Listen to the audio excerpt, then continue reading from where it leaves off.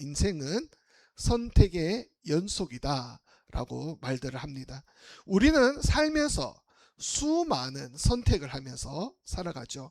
당장에 오늘 저녁 뭐를 먹어야 될지 하는 선택이 우리에게 달려 있습니다. 이런 선택은 사실은 애교입니다. 우리 앞에는 많은 결혼의 문제가 있었고요. 직장의 문제, 또 우리 앞에 수많은 선택의 기로가 우리의 앞을 막아서고 있었습니다. 선택의 갈림길에 우리는 보통 고민을 하게 됩니다. 이것을 선택해야 할까? 저것을 선택해야 할까? 왜 이런 고민을 하는 것입니까? 내가 선택한 것 외에 선택받지 못한 것들을 버려야 하기 때문입니다. 한 번의 선택이 우리의 미래를 바꾸기 때문이에요. 그래서 보통 사람들이 선택할 때에 나에게 의미 있는 것, 나에게 유익한 것을 선택합니다. 그렇다면 믿음의 사람들은, 예수님을 믿는 사람들은 어떤 것을 선택해야 하는가 고민해 봐야 할 것입니다. 오늘 요엘 3장 전체 내용을 가지고 함께 말씀을 나누려고 하는데요. 오늘 전체 본문의 말씀을 보면 두 개의 골짜기가 나오는 것을 볼 수 있어요. 하나는 2절 여호사밧 골짜기입니다. 또 하나는 14절의 심판의 골짜기입니다. 후반에 또 골짜기가 하나 나오긴 하는데요. 그것은 뒤로 두고요. 이 두 골짜기에 대해서 우리가 한번 살펴보겠습니다. 여호사밧 골짜기, 여호사밧의 원어를 우리가 한번 살펴보면 합성어예요. 야훼, 여호와, 야훼와 사밧, 사바트의 이 두 단어가 합해져서 여호사밧이라고 이 단어가 만들어졌는데, 야훼는 뭐 잘 아시죠? 여호와 하나님의 이름입니다. 그리고 샤파트는 재판하다, 그 다음 심판하다, 이런 의미입니다. 그래서 여호사밧 하면은 하나님이 심판하신다. 여호사밧 골짜기 하면 하나님이 심판하는 골짜기라는 의미가 됩니다. 그래서 우리가 14절에 다시 보면 심판의 골짜기가 왜 나온지 우리는 아실 겁니다. 이름이 같은 하나의 골짜기입니다. 그러면 이 14절에 나오는 심판의 골짜기에 심판의 원어를 보면 하루츠입니다. 뭐 이게 제가 뭐 여호사밧 뭐 하루츠 뭐 이야기를 하는데 뭐 다 잊으셔도 됩니다. 중요한 거는 이 하루츠가 판결하다, 결정하다, 이런 의미라는 거예요. 우리의 인생의 결정, 선택, 우리의 인생이 결정과 선택의 연속이라고 했습니다.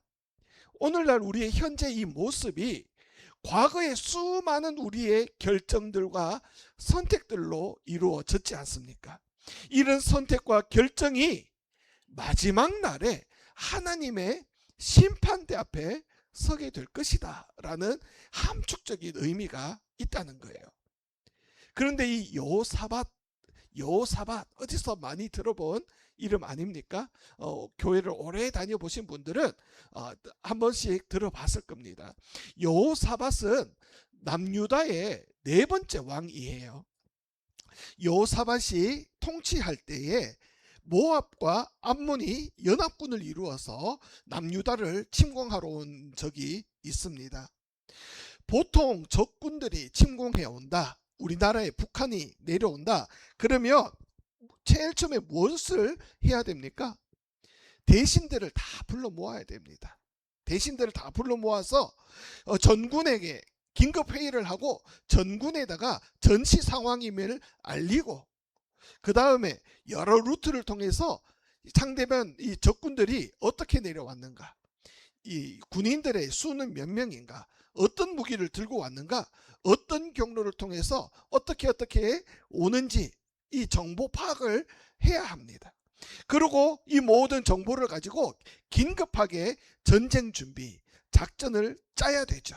또 그리고 한쪽으로는 외교적으로 루트를 열어갖고 동맹국들에게 막 찾아가서 전쟁이 났으니까 도와주십시오라고, 이런 일들이 종합적으로 신속하게 일어나야 합니다. 그게 바로 전쟁 준비입니다. 그런데 여호사밧 왕이 전쟁이 났는데 무엇을 했는가? 금식을 선포합니다.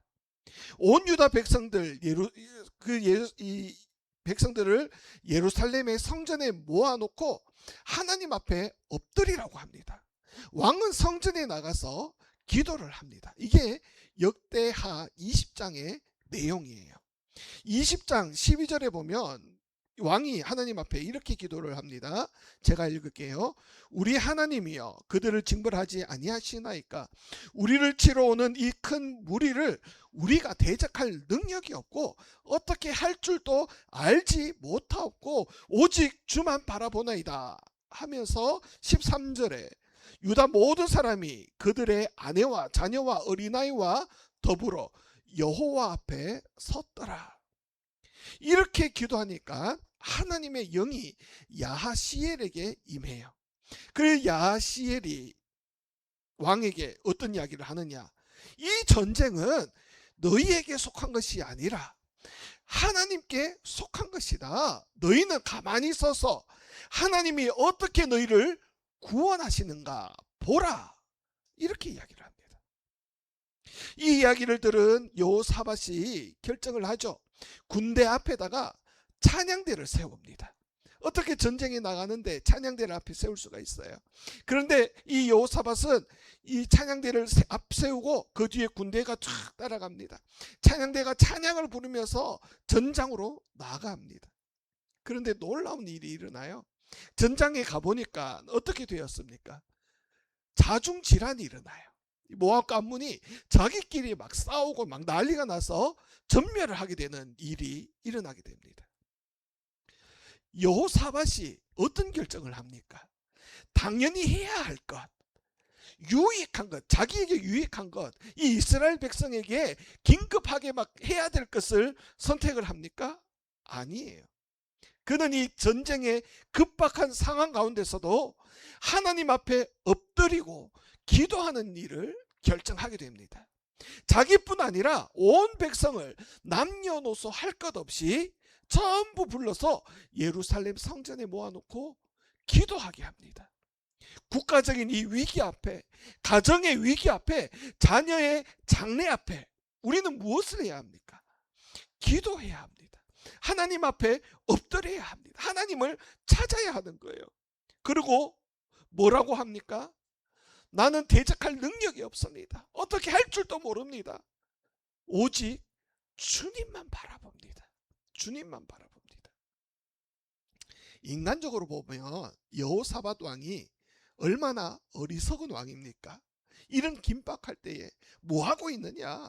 이런 사람이 어떻게 왕이 될 수 있느냐? 하지만 결론이 어떻게 됩니까? 누구보다도 지혜로운 왕이고요.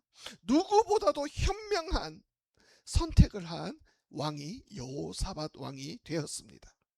오늘 본문 말씀 14절 말씀 한번 볼까요? 14절 말씀 함께 봉독해 봅시다. 시작. 사람이 많음이여 심판의 골짜기에 사람이 많음이여 심판의 골짜기에 여호와의 날이 가까움이로다. 심판의 골짜기에 누가 많다고요?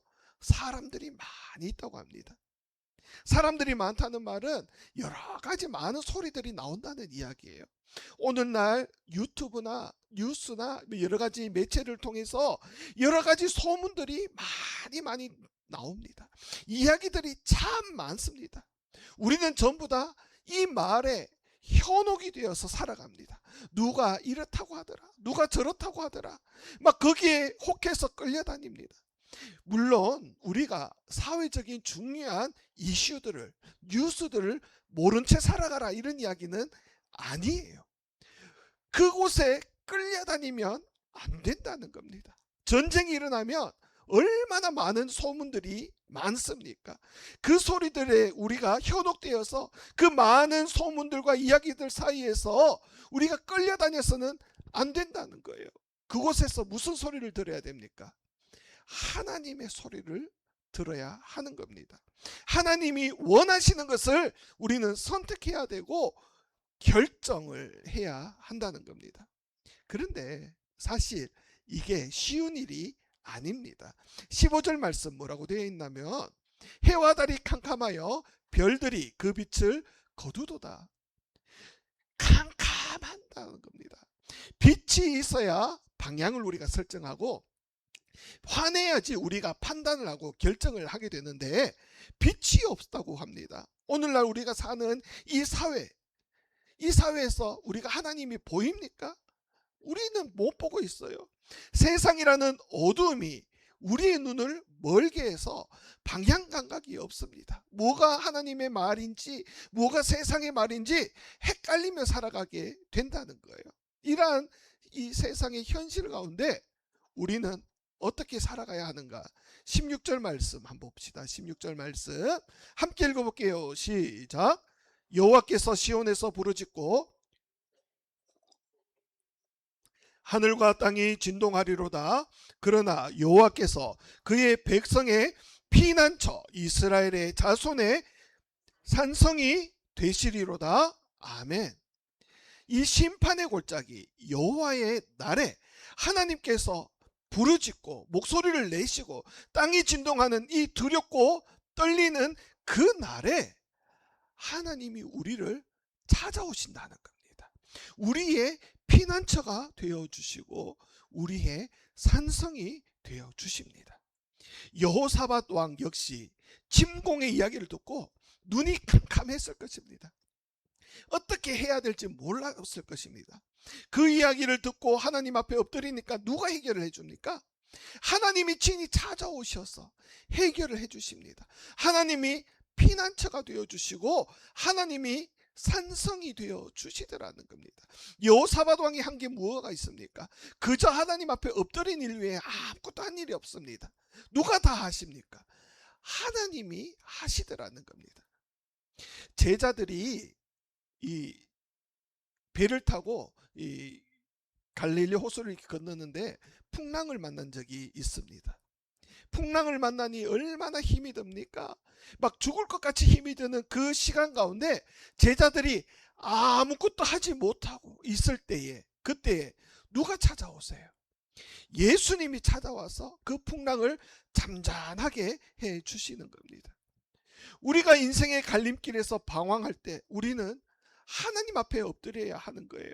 작은 결정의 순간에도 하나님께 기도해야 됩니다. 그리할 때 하나님께서 친히 찾아와 주셔서 우리를 선한 길로 인도해 주시더라. 그리고 그 인도하심이 거기에서 그치지 않는다는 거예요. 18절 말씀 우리 한번 보겠습니다. 18절 말씀 시작. 그날에 산들이 단 포도주를 떨어뜨릴 것이며 작은 산들이 젖을 흘릴 것이며 유다 모든 시내가 물을 흘릴 것이며 여호와의 성전에 샘이 흘러나와 시딤 골짜기에 되리라. 아멘. 여호와의 성전에서 샘이 흘러나온다 라고 요엘서가 이야기를 합니다. 어디서 많이 들어본 이야기 같지 않으십니까? 에스겔 47장 1절 보면 이렇게 이야기를 합니다. 그가 나를 데리고 성전 문에 이르시니 성전 앞면이 동쪽을 향하였는데 그 문지방 밑에서 물이 나와. 이야기 우리 잘 아시지 않습니까? 에스겔 선지자가 하나님의 그 영광 가운데 사로잡혀서 환상을 보게 됩니다. 그 환상을 보여주는 장면 중에 성전 문지방에서 물이 흘러나오는데 이 물이 흘러 넘치면서 점점 깊어지고 점점 넓어지고 이 강을 통해서 많은 생물들이 살아가게 되고 많은 식물들이 열매를 맺게 되고 이 샘물을 통해서 많은 백성들이 살아나게 될 것이다 라는 환상을 보여주시는 겁니다. 이어서 요한복음 7장 37절 38절 한번 보겠습니다. 명절 끝날 곧 큰 날에 예수께서 서서 외쳐 이르시되 누구든지 목마르거든 내게로 와서 마시라. 38절 나를 믿는 자는 성경의 이름과 같이 그 배에서 생수의 강이 흘러나오리라 하시니라. 아멘. 요한복음 7장에 예수님께서 배에서 생수가 나오게 하시겠다. 예수님이 초막절에 예루살렘 성전에서 하시는 이야기예요. 나에게로 오라, 나에게로 오라. 내가 생명의 근원, 생수를 너희에게 주리라. 그런데 예루살렘에 가보면, 저는 안 가봤습니다. 구글 지도를 제가 살펴보니까 예루살렘에는 강이 없습니다. 보통 많은 도시들은 강을 중심으로 이 도시가 발전하지 않습니까? 대표적인 우리나라 예로 서울 가보면 강이 있습니다. 예전에 제가 포항에 그 지인들을 모시고 지나가다가 이게 한강 자유로 쪽으로 해서 한강을 지나가는 경우가 있었는데, 하도 이제 강이 크니까 와, 바다가 서울에 있네, 뭐 이런 이야기를 하시더라고요. 제가 한강입니다 그러니까 거짓말하지 마세요, 바다인데요. 보니까 이 한강이에요. 한강이에요. 그렇게 넓어요. 그렇게 큰 한강을 통해서 큰 도시, 우리나라의 대표적인 수도가 발전하지 않았습니까? 이 전 세계적으로 볼 때 나일강, 황하강, 뭐 겐지스강, 또 유프라테스강, 이 4대 문명이 이런 강을 통해서 발전이 되었습니다. 우리 포항에도 큰 강이 있지 않습니까? 형산강이 쫙 있어서 우리 포항이 예전에, 제가 어렸을 때 아니고 그 이전에, 예전에는 포항이 그렇게 시골이었어요. 경주 사람들이 포항 사람들하고 결혼도 안 하고, 포항 사람들은 뭐 시골 사람들, 속된 말로 쌍놈이라고 하면서 만나주지도 않고 뭐 그랬다고 합니다. 제 외할아버지가 그러시더라고요. 경주는 양반 도시지 않습니까? 그런데 이 형산강을 통하여 이 포항이 얼마나 발전을 했습니까? 그런데 예루살렘에는요, 강이 없어요. 기껏해야 강이 있다고 하면 예루살렘에서 한 32km 떨어진 요단강이 있습니다. 이 요단강은 전혀 예루살렘에 영향을 못 끼칩니다. 그럼에도 불구하고 예루살렘은 5,000년 이상 도시를 발전시켜 왔습니다. 무슨 의미입니까? 세상의 많은 도시들은 강을 의지해서 살아갑니다. 세상은 눈에 보이는 것을 사모하며 살아갑니다. 하지만 예루살렘은, 하나님의 백성은 하나님의 은혜로, 예수님께서 부어주시는 그 생수로 살아가게 된다는 것입니다. 그런데요, 우리 하나님께서 우리에게 그렇게 많은 은혜를 부어주시고 그렇게 많은 생수를 부어주시지만, 우리는 그 은혜를 마음껏 누리면서 그 은혜를 받아서 자유하면서 우리가 살아가고 있는가? 주님께로가 나오면 생수를 부어주신다고 하는데, 그 생수를 마시면서 그것만으로 우리가 만족하며 살아가고 있습니까? 왜 우리는 주님께서 주시는 은혜를 마음껏 누리지 못하는가? 우리 19절 말씀 한번 볼까요? 19절 말씀 시작. 그러나 애굽은 황무지가 되겠고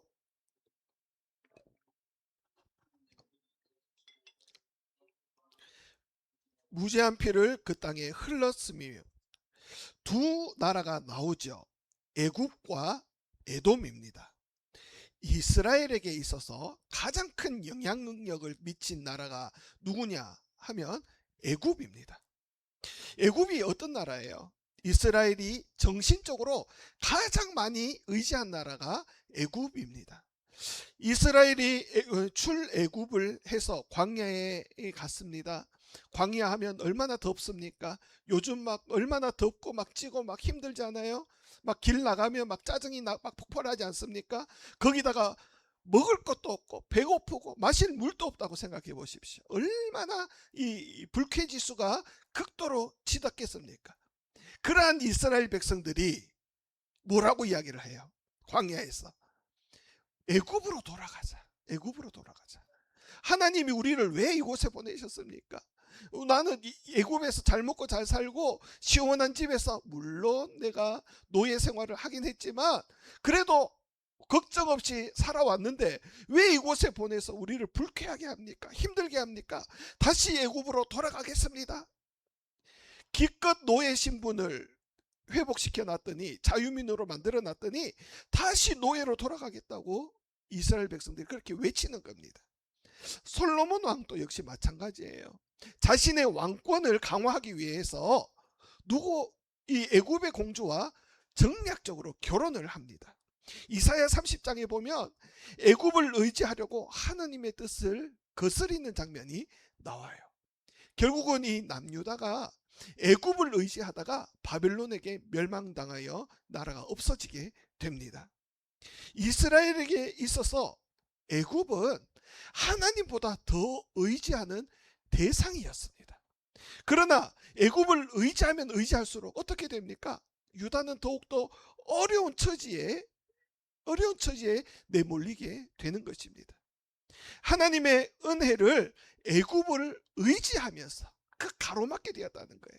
하나님이 우리 이스라엘 백성들에게 은혜를 베풀어 주시지만 이 애굽을 의지하면서 하나님의 은혜를 가로막게 되는 일들이 일어났다는 겁니다. 두 번째 나라는 에돔입니다. 에돔은 무슨 나라입니까? 에돔 하면 팥죽 한 그릇으로 장자권을 빼앗긴 이 허울뿐인 이 에서의 별명이 에돔입니다.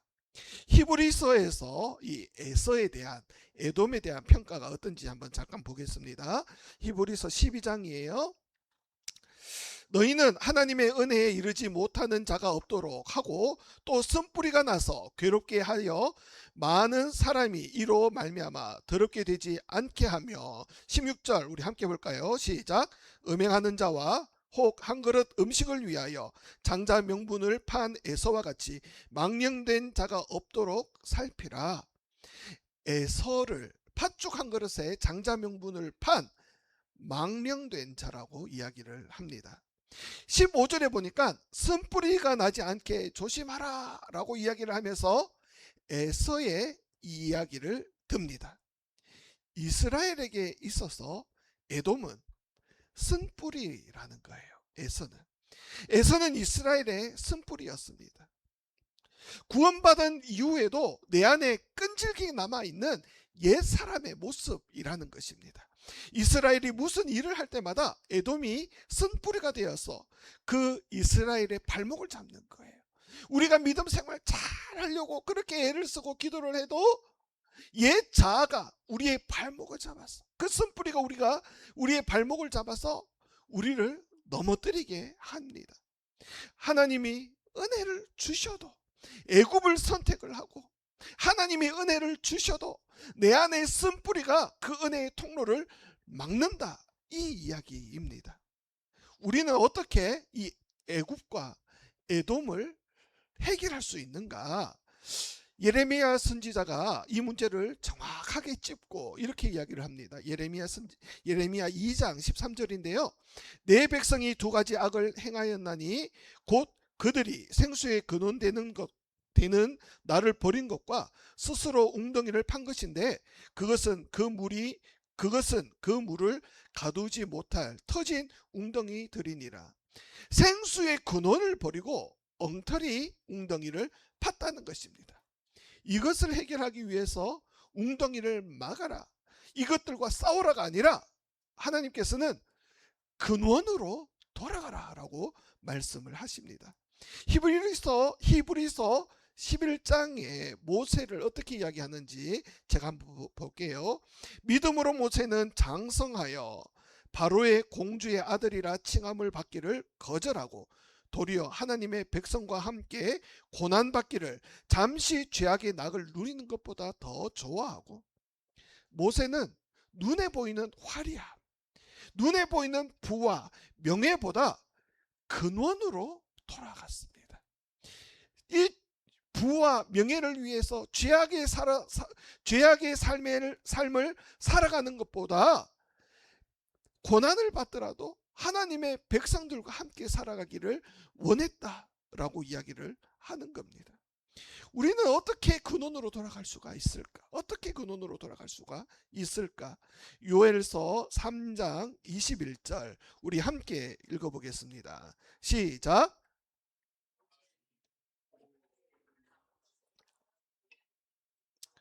이제는 갚아 주리니 이는 여호와께서 시온에 거하심이라.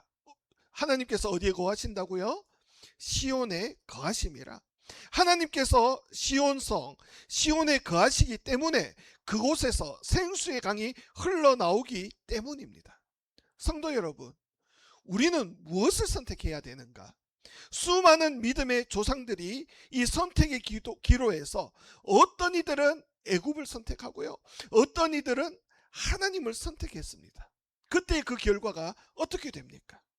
하나님은 거룩한 성전에서 생수를 흘려 보내야겠다라고 말씀을 하십니다. 육신의 눈을 보면 세상과 비교하면 이것이 참 보잘것이 없고 나약해 보입니다. 하지만 그곳에 참 은혜가 있고 영원한 생명이 있습니다. 우리가 선택해야 될 것은 하나님의 집, 하나님의 은혜라는 겁니다. 우리 역시 마찬가지예요. 답과 결과는 다 나와 있습니다. 하지만 아직도 우리는 하나님보다 세상이 더 현실적으로 보이고요. 금융치유라고 들어보셨나요?